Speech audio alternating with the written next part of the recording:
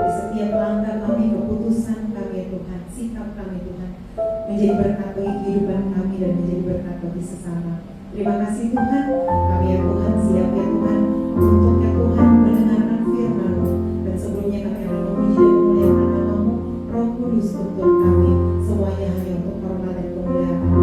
Di dalam nama Tuhan Yesus Kristus kami berdoa, haleluya, amin.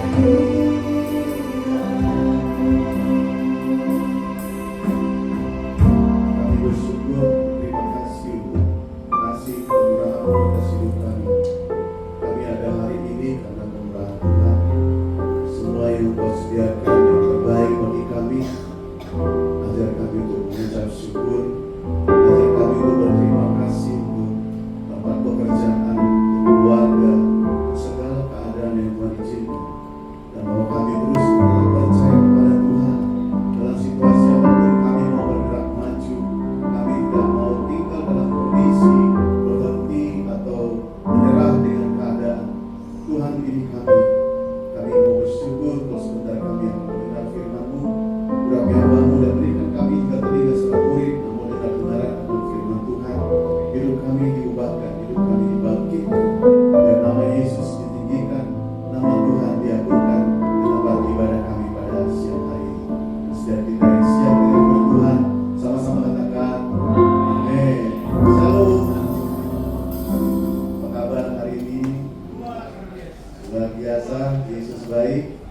Amin. Nah, saudaraku, hari ini saya perkenalkan, mungkin saya belum kenal. Nama saya Pendeta Freddy Sregar. Saya melayani gembala di Gereja Kristen Kabar Daud di Bogor, dekat ya, nggak jauh ya.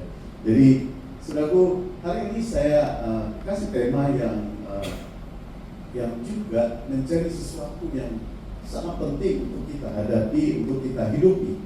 Kenapa, saudaraku? Karena dalam kehidupan ada banyak situasi yang membuat kita mudah untuk menyerah. Ada banyak keadaan yang membuat kita butuh hikmat. Kita butuh Tuhan menuntun, menolong.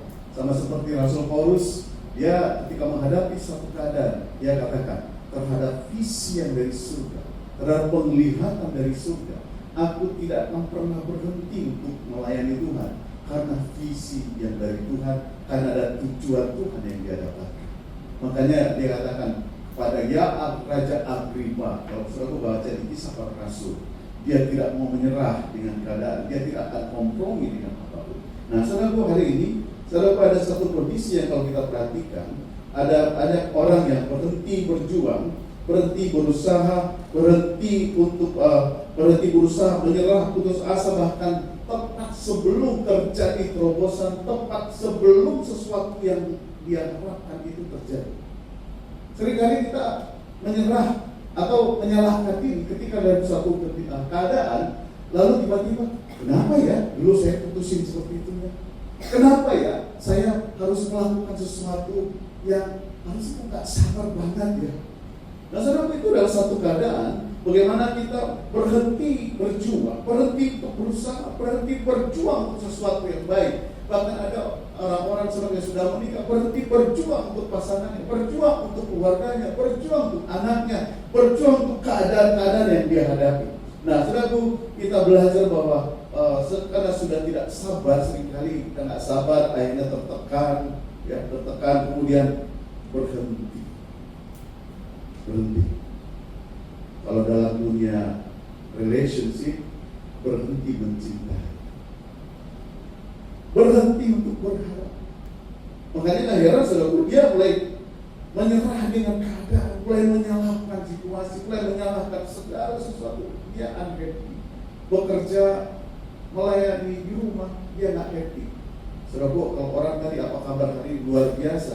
Kalau dia, saudara, biasa di luar karena nggak betah di dalam, nggak betah di rumah, nggak betah di tempat kerja, nggak betah karena dia pengen di luar aja, karena dia ingin mendapatkan sesuatu yang dia harapkan. Padahal, saudaraku, dia berhenti. Ketika dia berhenti, dia tidak mengerti bahwa pertempuran yang terberat itu tepat sebelum terjadi terobosan.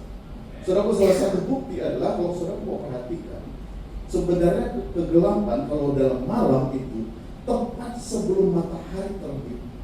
Sebelum itulah suasana yang paling gelap di dalam muka bumi. Jadi seringkali kita berpikir, udah gelap, udah, makanya bilang, gimana kamu tahu gelap, ya? Merasa udah gelap situasinya, dan dia lupa bahwa Yesus adalah penerobos yang sejati yang membuka jalan bagi kita. Dia adalah jawaban, dia adalah Tuhan yang menuntun, menolong kita, bahkan dalam kondisi kita tidak tahu. Bahkan kalau saudara masih ingat cerita tentang Petrus yang jalan di atas air, masih ingat? Di sekolah minggu cerita itu, ketika dia dikuasai atau dipengaruhi oleh situasi, dia tenggelam, saudara. Tapi begitu dia percaya, dia melangkah.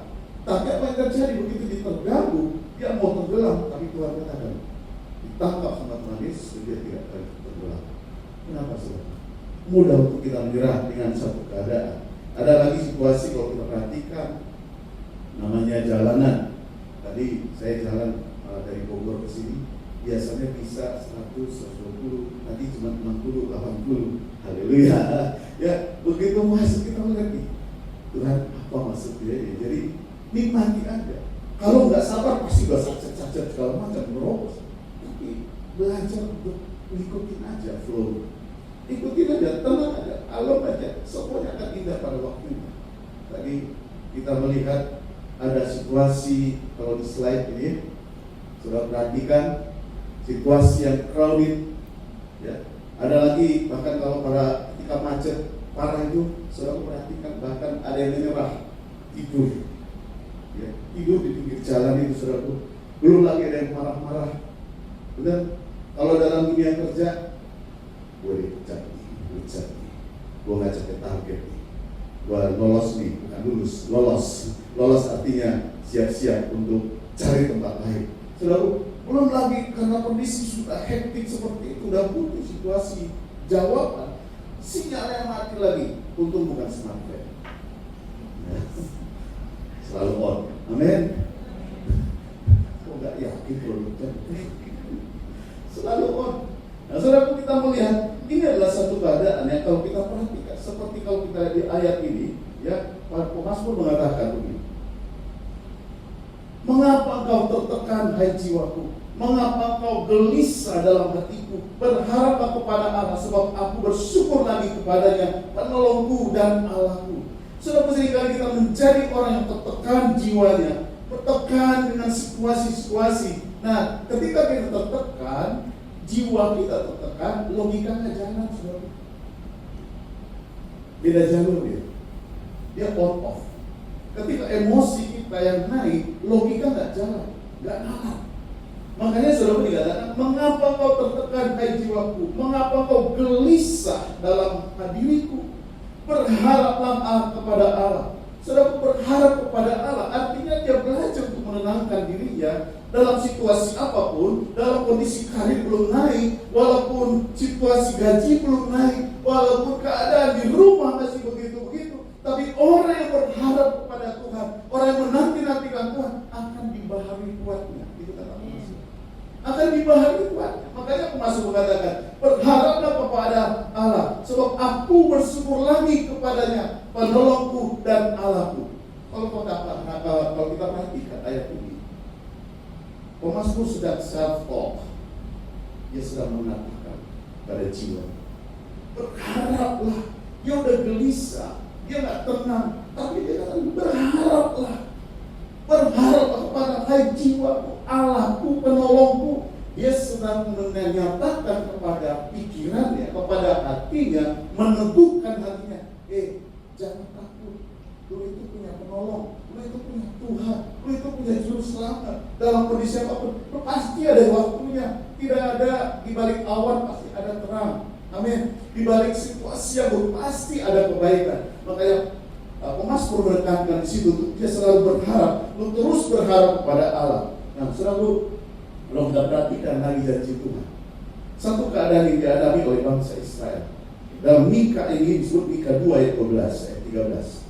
Dengan sungguh-sungguh aku akan mengumpulkan engkau seluruhnya, hai Yakub, dengan sungguh-sungguh aku akan menghimpunkan sisa orang Israel. Aku akan menyatukan seperti kambing domba dalam kandang, seperti kawanan binatang di tengah-tengah padangnya, sehingga ramai dengan manusia. Penerobos akan maju di depan mereka akan menerobos dan berjalan melewati pintu gerbang dan akan keluar dari situ. Raja mereka akan berjalan terus di depan mereka. Tuhan sendiri di kepala barisan mereka. Saudara, apa yang terjadi? Latar belakangnya adalah bangsa Israel sedang mengalami satu kondisi yang tidak baik-baik saja. Mereka sedang di masa pembuangan. Mereka sedang tercerai-berai. Mereka tidak dalam satu kandang, dalam satu kawanan. Mereka sedang mengalami satu keadaan yang serba tidak pasti. Mereka ada di negeri yang mereka menjadi negeri orang asing di negeri orang lain.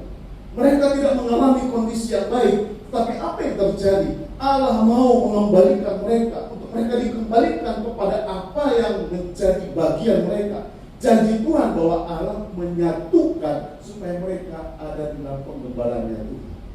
Tapi karena pelanggaran mereka, karena ketidaktaatan mereka kepada Tuhan, mereka harus tercerai-berai. Dan kita melihat bahwa Allah pun ketika kita mengalami kondisi yang buruk, Tuhan gak suka. Sama seperti kalau di rumah, di sini ada berapa yang punya anak, yang sudah punya anak. Kemudian pernah marahin anak gak? Marahin. Seringkali kamu ya mama, kamu begini-begini. Terakhirnya disuruh ngapain? Udah makan belum? Benar. Disuruh ngapain? Udah makan sana. Udah dimarah-marahin, dia bikin salah, udah diomel-omelin, ujungnya disuruh makan. Kalau kita manusia saja yang serba terbatas ini, tahu memberi yang baik buat anak-anak kita, apalagi Bapakmu yang di surga. Amin. Colek kiri kanannya, lu punya Bapak yang baik. Amin. Kita punya Bapak yang baik dan Dia tidak ingin kita mengalami kondisi-kondisi yang buruk itu dalam kondisi waktu yang sangat panjang. Apalagi kita ketika salah, bertobat. Jangan bertobat, hari tobat besok kumat. Kita mau bertobat sungguh-sungguh, kita mau mengalami pemulihan. Nah, saudara, kalau kita perhatikan ya, di kata penerobos itu dalam Mika 2 tadi, itu dari atas asal kata parats ya. Ya, parats itu disebutkan bagaimana itu dari kata Ibrani yang berarti yang membuka jalan. Saudara, sering kita menyanyikan lagu yang buka jalan saat tiada yang bekerja di jalannya. Tahu lagu ini? Lagu zaman dulu. Dia buka jalan, dia membimbing, dia membimbingmu. Makanya satu dia adalah Allah penerobos parats ini, dan dia membuka jalan. Seorang yang menciptakan jalur bagi orang lain untuk diikuti. Saudaraku, rasanya tadi kalau di jalan dan di masjid itu enak juga kalau ada riders ya, pengawal yang buka jalan, rasanya begitu. Nah, seringkali kalau di tol, kalau lagi macet, ini ada pejabat lewat, terus ada begini, kita rasanya nggak rela juga melepaskan gitu ya, tapi nggak harus taat gitu. Akibatnya begitu rombongan itu pun lewat, biasanya banyak orang pengikut ya. Salib masuk mau kejar, saudara. Kenapa? Kita butuh penerobos. Kita butuh satu terobosan, bukan sekali-sekali. Makanya di tema hari ini persisten breakthrough, Tuhan sedang mengajak kita untuk never give up. Dalam keadaan apapun tetap persisten. Kalau konsisten itu terus melakukan, persisten itu dia terus sampai akhir. Dia mau terus mengalami namanya terobosan dalam hidupnya. Karena janji Tuhan, berkat Tuhan selalu baru setiap pagi. Berarti kalau janji Tuhan, berkat Tuhan selalu baru tiap pagi, berarti Tuhan mau kita mengalami sesuatu kebaruan. Amin. Tuhan mau kita terus mengalami sesuatu yang baru dalam hidup kita. Kita dalam rumah tangga, misalnya keluarga, suami istri, kalau cara ini membuat berantem, besok jangan pakai cara itu. Enggak. Selalu melakukan namanya adjust, satu penyesuaian. Ketika cara ini tidak bisa, maka kita harus buat cara yang lain. Kalau ini mentok, mulai dengan cara nggak bisa lurus lewat samping, nggak bisa lewat sini, lewat atas, lewat bawah. Selalu ada jalan untuk kita boleh menemukan, mendapatkan sesuatu yang impian atau khusus yang baik untuk sediakan bagi kita. Nah, saudaraku, dikatakan dia adalah pelopor. Yesus sebagai pelopor yang memimpin kita menuju kehidupan yang lebih baik. Dia mau agar kita terus bertumbuh. Namanya kekristenan itu harus bertumbuh. Namanya di dalam bekerja itu harus upgrade, tumbuh. Namanya di dalam rumah tangga selalu harus tumbuh. Kita tidak bisa begitu-begitu saja, karena itu akan bosan saudara. Kalau sesuatu yang biasa, maka itu menjadi tanda sebenarnya itu kita telah ada dalam kemunduran. Makanya Tuhan mau kita mengalami suatu kemajuan yang luar biasa. Makanya ada 3 ciri orang yang sedang tidak mengalami terobosan. Salah satunya adalah kehilangan semangat. Kehilangan semangat, dia jenuh, dia merasa boring, dia merasa kerjaan saya kok begini-begini terus. Saudaraku, bicara tentang pengalaman di dunia bekerja. Saya waktu tahun berapa ya? Saya masuk di dunia bekerja. Saya masuk sebagai sales. Terus teman saya yang sudah jadi sales di situ sekitar 5 tahun duluan dari situ. Saya baru masuk. Nah, apa yang terjadi? Dia sesama sales, dia punya pengalaman, dia punya pengetahuan yang jauh lebih baik, dia punya namanya list customer yang sudah di-maintain, dia cukup baik, cukup banyak. Sedangkan saya hanya kenal beberapa orang, dan saya hanya menandakan namanya database yang dari kantor. Saudara, apa yang terjadi? Saya tidak tahu bagaimana caranya, tapi bergantung kepada Tuhan. Dalam 2 minggu, bayangkan saudara, saya nggak mengerti jualannya, tapi ada kesempatan dalam 2 minggu saya bisa jualan. 2 minggu, belum tahu produknya tidak terlalu mengerti. Tapi karena apa? Karena saya belajar, diajar di gereja, kami belajar namanya dimuridkan. Kami belajar tentang dasar-dasar kekristenan, juga selanjutnya memuridkan orang lain. Jadi kemampuan untuk bisa berbicara dengan banyak orang, ternyata itu jauh lebih efektif daripada kemampuan tentang produk. Betul, produk kita harus tahu. Nah, saudara, dan apa yang terjadi kemudian, saudara? Dalam hitungan sampai 2 tahun, saya sudah naik level. Kan sampai 2 tahun sudah naik lagi, sampai supervisor. Terus kemudian naik lagi jadi manajer. Terus naik lagi sampai kepada direktur. Kemudian naik pada posisi di mana saya menentukan menghandle satu perusahaan. Dan saudara, itu bukan sesuatu yang bukan given atau pemberian, bukan. Itu sesuatu yang dibuktikan by numbers. Amin. By numbers, sesuatu yang kita tunjukkan bahwa dunia itu butuh butuh hasil, saudara. Makanya kita anak Tuhan dan kita, kenapa ya karir saya kok nggak naik? Perhatikan targetmu apa? Target kita apa yang diberikan? Tanggung jawab kita sebagai karyawan di perusahaan. Nah, teman saya ini ternyata kenapa dia tidak mengalami kemajuan? Dia mulai namanya jenuh. Ketika dia jenuh, dia mulai komplain sana sini. Dia mulai kritik sana sini. Akhirnya tanggung jawabnya dia tidak lakukan. Makanya saya dikatakan dalam firman Tuhan ini, janganlah kita jemu-jemu, Galatia 6 ayat 9. Janganlah kita jemu-jemu dari kata ekakeos ya. Jemu-jemu, tawar hati. Kata jemu-jemu ini sebenarnya lebih daripada tawar hati. Makanya saudaraku, ketika kita tidak berhasil menjaga hati kita, perhatikan saudara, menjaga hati kita untuk selalu dapatkan yang baru, semangat yang baru, kekuatan yang baru dari Tuhan. Satu kali kita akan jemu dan bahkan kalau dia asal katanya disebutkan tawar hati, menjadi biasa-biasa. Nah, tawar hati ini berbahaya, saudaraku. Makanya dia jangan kita jemu-jemu berbuat baik, karena apabila sudah datang waktunya kita akan menuai jika kita tidak menjadi lemah. Persoalannya adalah kita menjadi lemah tepat sebelum dapat penghargaan. Kita menjadi lemah tepat sebelum deal satu target yang menjadi tanggung jawab kita. Kita menjadi menyerah karena kondisi-kondisi, karena kita punya ekspektasi yang sudah berubah. Kita tidak konsisten dalam tanggung jawab kita. Makanya Ibrani 10 ayat 35-36 juga katakan, sebab itu janganlah kamu melepaskan kepercayaanmu, karena besar upah yang menantinya. Sebab kamu memerlukan ketekunan supaya sesudah kamu melakukan kehendak Allah, kamu memperoleh apa yang dijanjikan itu. Adalah kehendak Allah kau mengalami kebahagiaan. Ya. Adalah kehendak Allah kau mendapatkan jodoh yang terbaik. Adalah kehendak Allah kau berhasil dalam pekerjaan. Adalah kehendak Allah kau berhasil dalam rumah tangga, berhasil dalam keuangan, berhasil dalam mengelola seluruh hidup. Itu kehendak Allah.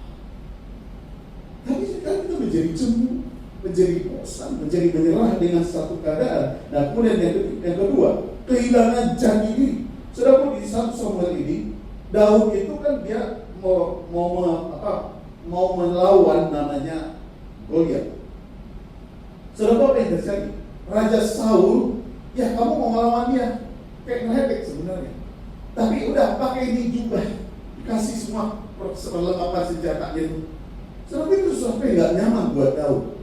Dan dia katakan, no, itu bukan saya. Makanya kita harus menemukan, sama seperti Daud, itu harus jadi diri kita sendiri. Be yourself. Jadi diri kamu yang original. Jangan ngikut ada orang lain. Karena kita dalam perjalanan hidup kita telah banyak dipengaruhi seolah-olah ukuran berhasil itu ukuran menurut si A, ukuran berhasil itu si B, ukuran yang berhasil itu si C. Padahal ukuran berhasil bukan orang lain tapi hati. Adakah mengucap syukur di hadapan Tuhan? Adakah mengalami kemenangan dan yang terutama adalah menjadi diri sendiri. Bahkan kalau orang sudah menjadi diri sendiri, biasanya dia nggak iri kalau melihat temannya punya sesuatu sesuatu yang baru. Dia nggak iri kalau pas lagi akhir tahun ada yang giling-giling kemana, dia cuma hilang-hilang di rumah. Dia nggak geriga kalau orang lain diberkati, dia nggak kemaru. Bahkan saudara pun dia menjadi istilahnya tren, ya. Dia menjadi dirinya sendiri. Mau pakai apa, dia nggak terganggu orang lain, dia jadi dirinya sendiri. Daud menunjukkan ini, saudara pun dia menjadi dirinya sendiri. Jadi dia nggak kehilangan jati diri. Jadi yang ketiga adalah kehilangan kerajinan. Kehilangan kerajinan, saudara. Jadi udah nggak semangat lagi, lemes. Mau ke kantor, paling nggak enak kan hari Senin ya. Ke kantor. Ya, aja manggil. Kita merasa seperti itu kita. Nah, tapi kita melihat bagaimana namanya Ishak. Ishak ini kalau kita perhatikan, dia menggali satu sumur, berantem. Gali lagi sumur, diklaim orang lain. Nah, bukan itu yang terjadi dengan kerja. Gue mencari, ya ngakuin sama dia.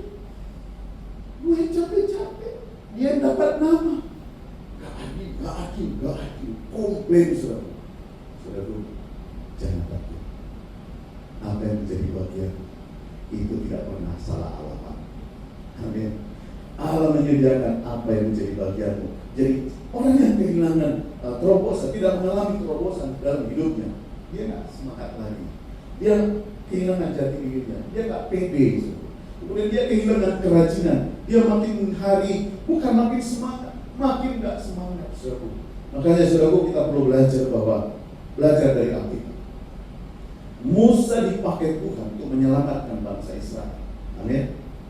Tapi untuk dia mengalami itu, dia harus menghadapi pertempuran dengan Firaun.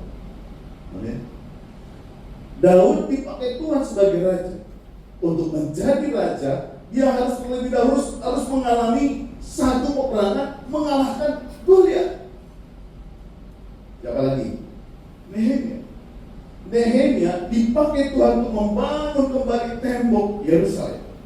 Tapi untuk itu dia harus menghadapi perlawanan dari pengganggu orang-orang yang tidak setuju. Siapa lagi? Yusuf sudah terbiasa diberkati Tuhan. Tapi sebelum menjadi pemimpin Mesir, dia harus berjuang melawan para pembenci-pembencinya. Salah satunya adalah abang-abang kokoh-kokohnya yang tercinta. Mungkin kita merasa bahwa suatu keadaan, kita merasa bahwa ini nggak adil Tuhan, ini kok bisa begini Tuhan. Tapi yang pasti kita harus melihat, di antara kemenangan pasti ada serangan. Sebelum kemenangan pasti ada serangan. Kalau ada serangan berarti akan ada kemenangan. Kalau di sela-sela terobosan juga ada pertempuran. Makanya tidak akan ada kemenangan tanpa diadili. Orang kudu menjadi gue sih. Berarti ada satu proses yang Tuhan izinkan. Tidak akan ada kesaksian tanpa namanya ujian. Benar tidak? Waktu mau lulus kuliahan, ada nggak yang tiba-tiba lulus aja itu nggak pakai ujian? Nggak seru kan wisuda nggak ada ujiannya kan?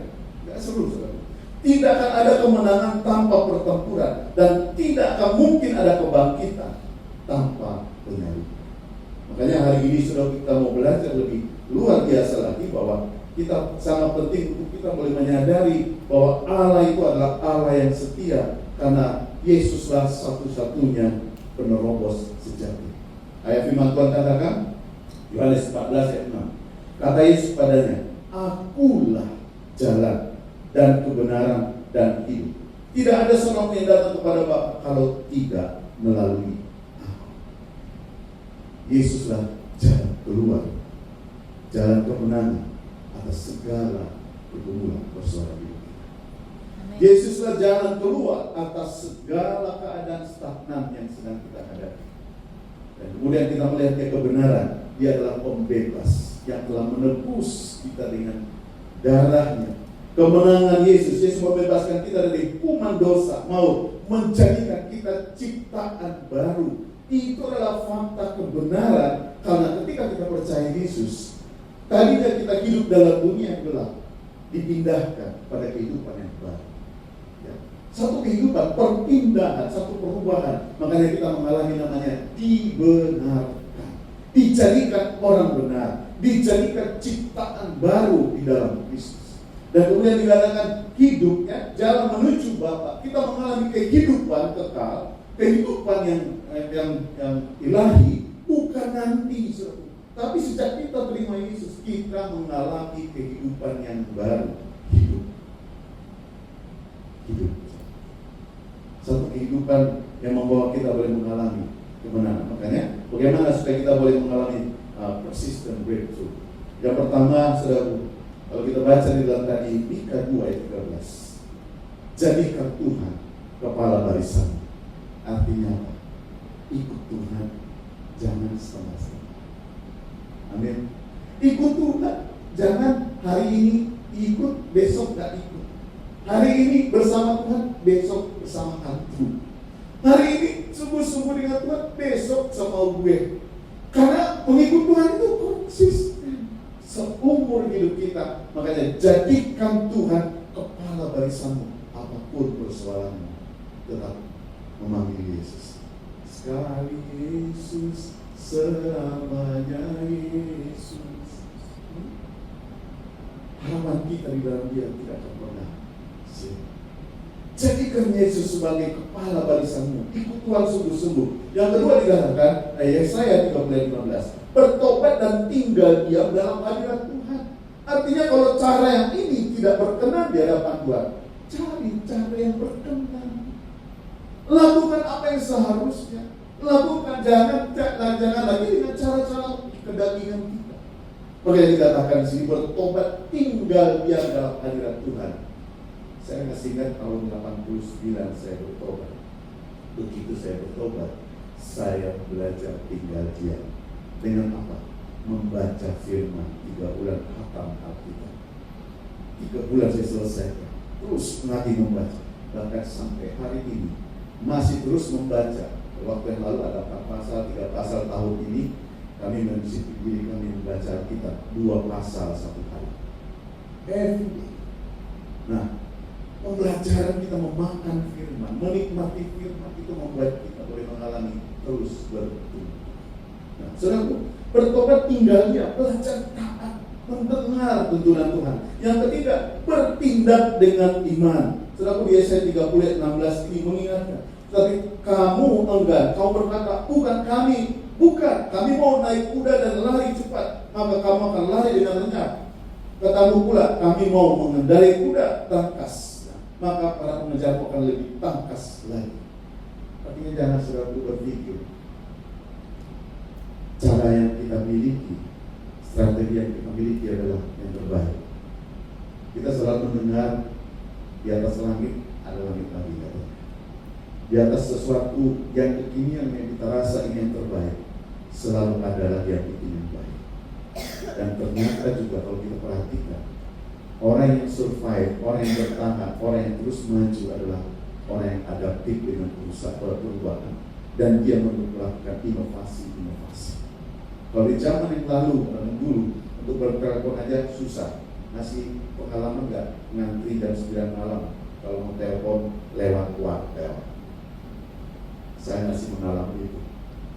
Telepon lewat koin, tiba-tiba bagi koin itu habis nih, udah bagi koin lagi. Tapi jangan sekarang kita mengalami terus perubahan. Makanya saudara, kita perlu bertindak dengan iman, bukan dengan kekuatanmu sendiri. Hari ini ada zaman hikmat. Ada banyak hikmat yang Tuhan taruhkan dalam kehidupan kita. Kita harus melakukan namanya inovasi. Kita harus terus mengalami inovasi. Satu kisah yang luar biasa. Seorang pilot namanya Chuck Yeager. Tahun ini di 16 Oktober tahun 47. Ini seorang pilot ini yang luar biasa. Pada waktu itu kecepatan pesawat itu masih di 850, 900 km per jam. Ketika dia terbang sedemikian rupa, nggak tembus. Satu kali namanya Chuck Yeager, dia disuruh pulang. Sudah, balik. Sudah, tidak mungkin kita melebihi sesuatu.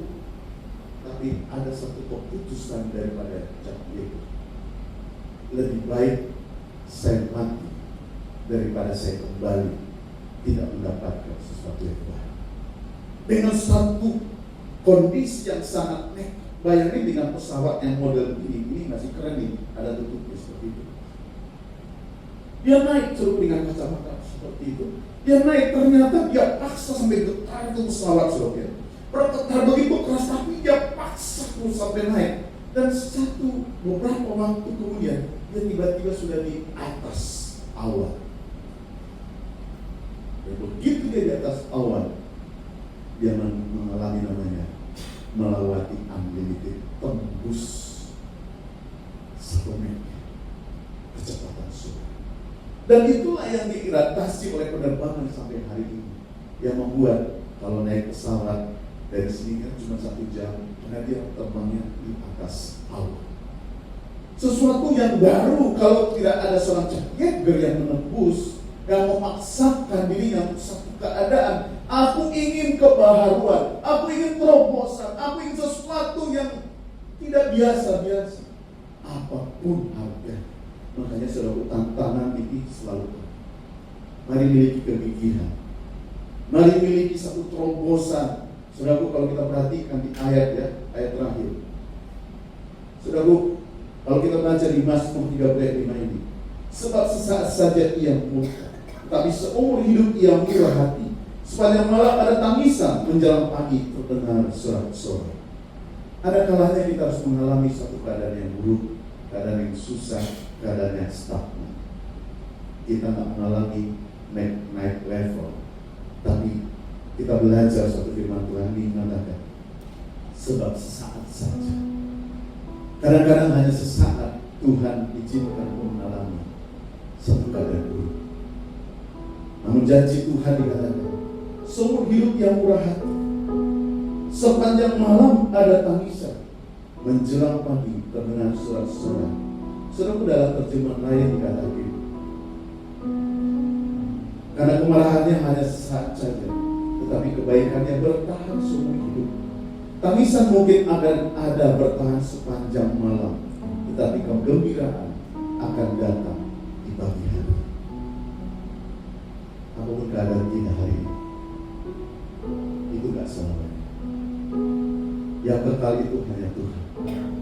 Persoalannya hanya sebentar saja, tetaplah bertahan. Sebelum kau mendapatkan apa yang menjadi harapan, tetaplah berjuang. Lakukanlah, jangan kita cuma berbuat baik seperti ayat yang tadi disebut. Dan kemudian 2 Korintus 4 ayat 9, dalam segala hal kami ditindas, namun tidak terjepit. Kami habis akal, namun tidak putus asa. Kami dianiaya, namun tidak ditinggalkan sendirian. Kami dihempaskan, namun tidak binasa. Karena ada Yesus yang selalu ada bersama dengan kita. Sudah percaya? Bersama dengan Tuhan, bersama dengan Yesus, kita cakap menanggung segala sesuatu. Bersama dengan Yesus kita akan mengalami satu terobosan. Kita akan berpikir mungkin ini nggak bisa achieve di target saya. Saya nggak bisa achieve dengan satu tanggung jawab. Mari challenge diri untuk sesuatu yang lebih besar. Mari kita belajar untuk menjadi orang-orang yang menjadi penerobos, tak resisten, breakthrough kau alami dalam hidup. Never give up. Amin. Mari kita datang kepada Tuhan. Yes. Yesus, kami datang kepadamu Tuhan. Engkau tahu segala pergumulan kami. Engkau tahu ya Tuhan. Ini kami ya Tuhan.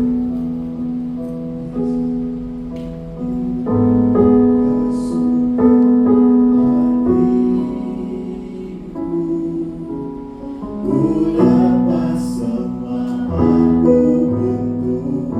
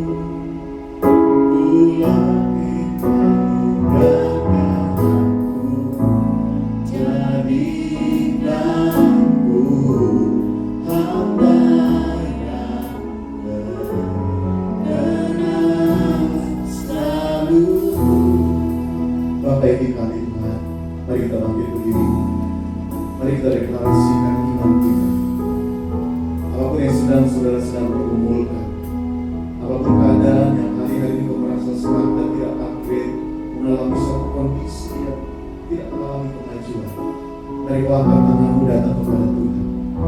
Bapa, ini aku Tuhan. Aku merindukan satu terobosan. Aku butuh iman. Aku butuh kerajinan. Aku butuh cara yang baru. Aku mengalami persistent breakthrough dalam hidupku. Aku mengalami sesuatu yang baru. Sampai kau puas dengan hidupku. Sampai kau dapati hidupku berkenan dan berkenan dan berkenan di hatimu ya Tuhan. Kami mau mengalami janji-Mu dalam kehidupan keluarga kami, dalam kehidupan rumah tangga, dalam kehidupan pekerjaan, dalam perjalanan kehidupan kami orang-orang muda. Kami mau mengalami janji Tuhan. Terjadilah dalam kehidupan kami. Para lain di antara kami kalau ada yang mengalami kondisi yang lagi mengalami putus asa, Bapa, Kau adalah sumber damai sejahtera. Kau yang menghiburkan setiap kami. Biarlah kasih-Mu, damai sejahtera-Mu berkuasa memenuhi setiap kami.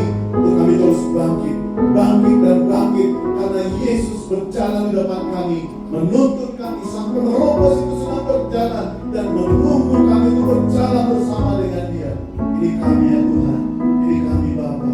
Terima kasih Bapa, kami bersyukur. Haleluya, terima kasih dalam nama Yesus. Amin.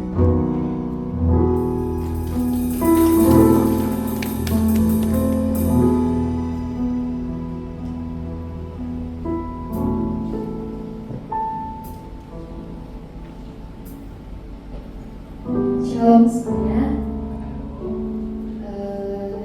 Kita mau mengumumkan acara rangkaian Natal kita tahun 2024 ini.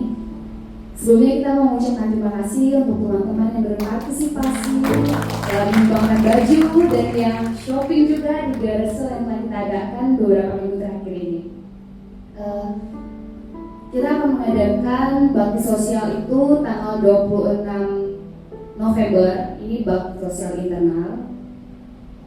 Dan kita juga kita akan memberikan beberapa sembako nanti untuk garda terdepan kita. Terus yang kedua, kita akan mengadakan bakti sosial di eksternal di Panti Jompo Kasih Sayang Bekasi.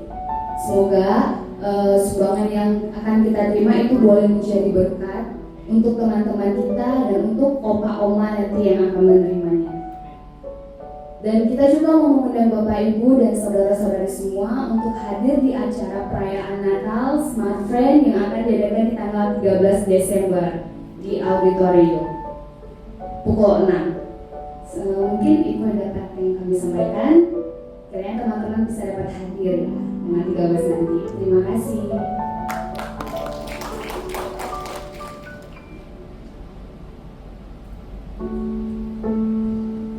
Mari kita datang kepada Tuhan. Ku naikkan syukurku, wahai yang Mahawi,